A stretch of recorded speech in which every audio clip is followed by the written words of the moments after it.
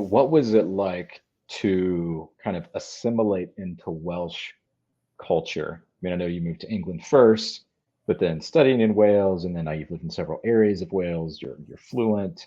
What was that? What was that like, especially as coming from the U.S. and then now becoming this Welshman?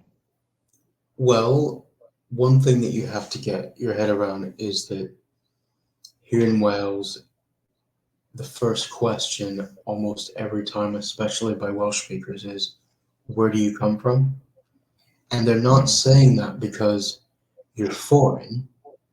It's they all ask that with each other as well, because the community historically, it's actually a feature of the landscape almost, that there's so many little valleys Mm-hmm. that people want to know which valley you're from so they can relate within their social register where you fit in their world.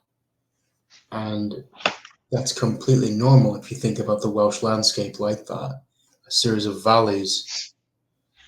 But if you're coming from the outside in, it gets tiresome because you have to explain over and over again that you came from another country and why you learned this language and what you're doing. And I mean no offense to any native Welsh speakers or any people born here at all. It's just from an American view, that's not really.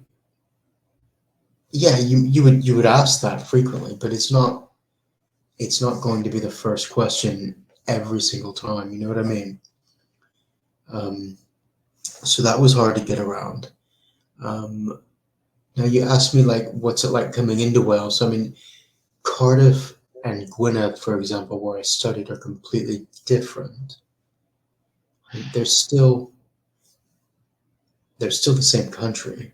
I mean, one I approached from a business standpoint, and the other I approached as a student. So very different worldviews, and very different worldviews from the people in those two places in Gwynedd and Cardiff. One's the capital of Wales, very urban. The other one is very rural and mountainous and rugged. So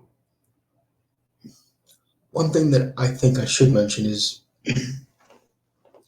I'm still not really used to the climate, that it's damp and cool all the time. There's no, I mean, from a Texan's point of view, there's no summer. There's no summer. Right. There's spring, a slightly milder spring,